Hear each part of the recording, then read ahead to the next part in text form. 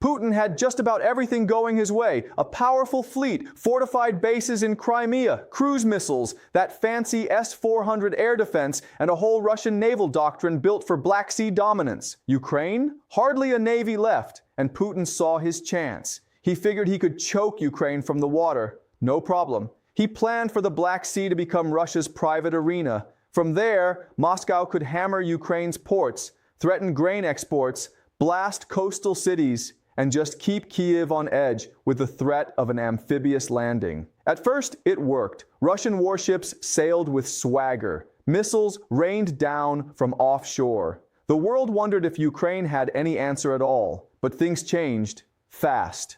Russia's momentum froze, then swung backward, and once it did, the Black Sea Fleet never got back on its feet. The Navy everyone expected to roll over Ukraine started getting driven back, step after step, closer to the safety of its own coasts.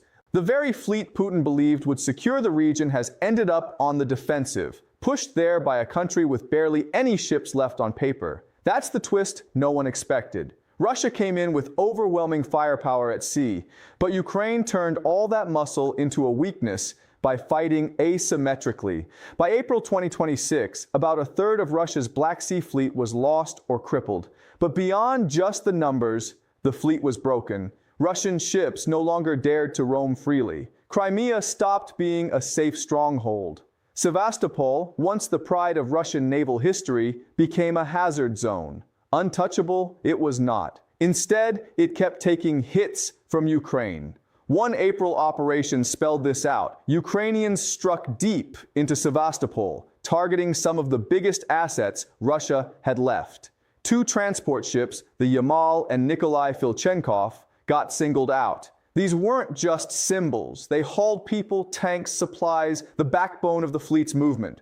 Ukraine wasn't just firing blindly. There's a pattern now. Ukraine doesn't chase the biggest target. It goes after the most important one. When air defenses get targeted, the radars, not just the missile launchers, get hit. A launcher is nothing without its eyes. Same thing at sea. Even if a ship floats after getting bashed up, if its command center, sensors, and electronics are trashed, it might as well have sunk. That's what matters. The broken hulls are just part of it. The real destruction hits when the fleet's nerve center, its ability to see, talk, fuel up, and defend itself, goes down.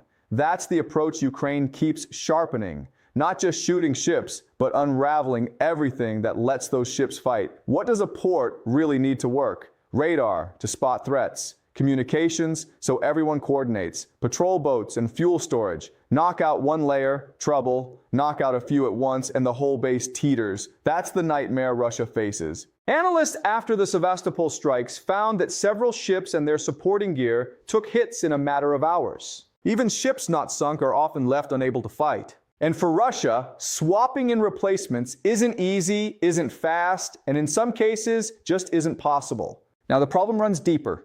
Those big landing ships? Most are Soviet holdovers, built in a time of massive shipyards, centralized planning, and endless workers. Modern Russia can't match that. Building anything new takes years, not months. Budgets balloon. Sanctions make parts hard to get. The skills and industrial output aren't what they used to be. So, losing a ship now is not just today's problem. It's a scar that won't heal. Yes, Russia has newer programs like the Ivan Gren class, but those are bogged down too. Delays, breakdowns, you name it. If it takes 10 years to finish one vessel, there's no quick fix to wartime losses. Even if the Kremlin wished it could rebuild the fleet overnight, it can't.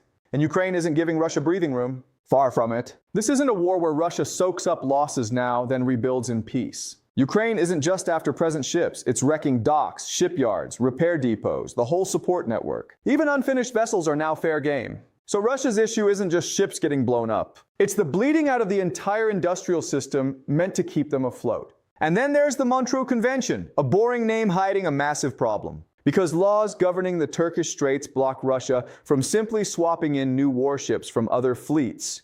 What Russia started with in the Black Sea is, for the most part, what it is stuck with. Every major loss is nearly permanent. No reinforcements, no swaps, no quick reset. As the numbers drop, stress on the remaining ships goes up. They have to cover more, work longer, skip maintenance, exhaust crews, break down more often. Tired ships fall easier to missiles and drones, the very weapons Ukraine keeps using. It's a vicious spiral. Repairs? Also a mess. Old Soviet systems, radars, electronics aren't easy to update, and Russia doesn't have what it takes anymore. Sanctions have choked off advanced parts. Sure, you can try substitutes, but they often don't fit well, don't last, and don't work the same way. Making these fixes is slow, pricey, and often pointless. And where is Russia supposed to do these repairs?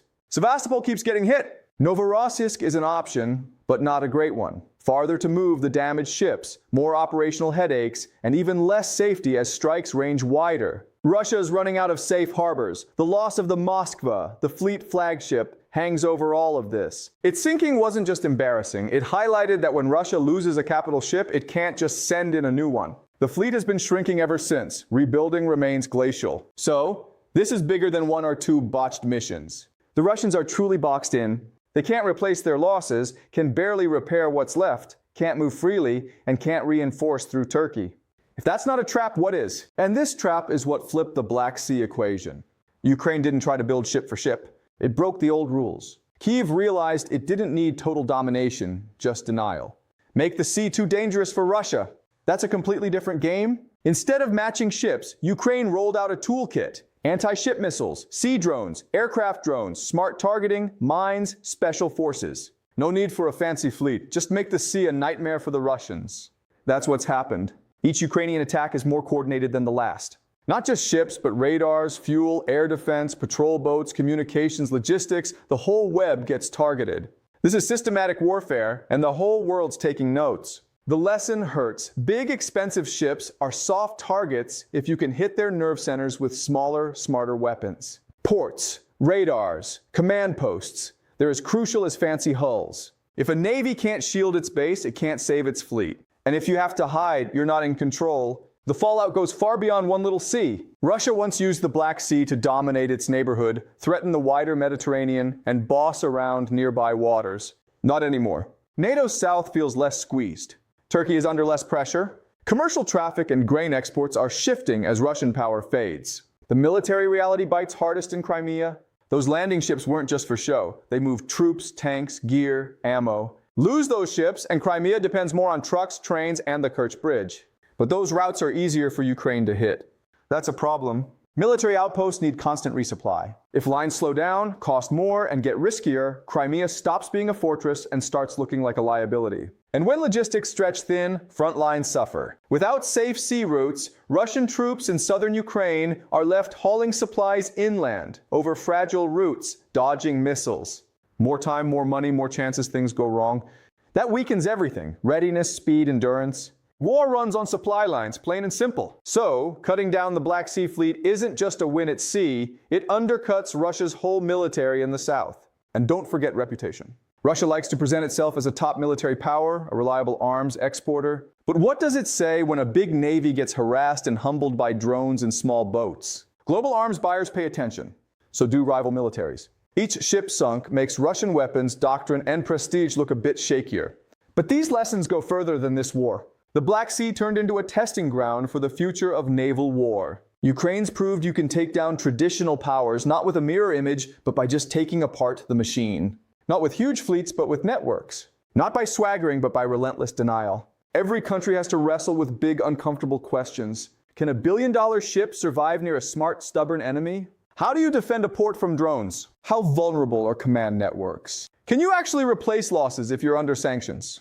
And does being the old prestige power still mean you can command the sea? For Russia, the Black Sea has made the answer painfully clear. The fleet is shrinking. Repairs can't keep up. New ships trickle in, if at all. Crimea is exposed. Supply lines are strained. And Ukraine keeps getting smarter and deadlier. Everything Putin counted on at sea is slipping away while the world watches and takes notes. So, what started as a demonstration of Russian strength turned into a blueprint for how a smaller navy takes the upper hand over a bigger one when it learns fast and fights differently. That's what's really happened here. It's not a story about ships sinking. It's about an old doctrine cracking under modern pressure. It's about a would-be regional force losing initiative in the one place it once felt safe. It's a lesson for anyone focused on naval warfare. The future invaded the present sooner than anyone thought.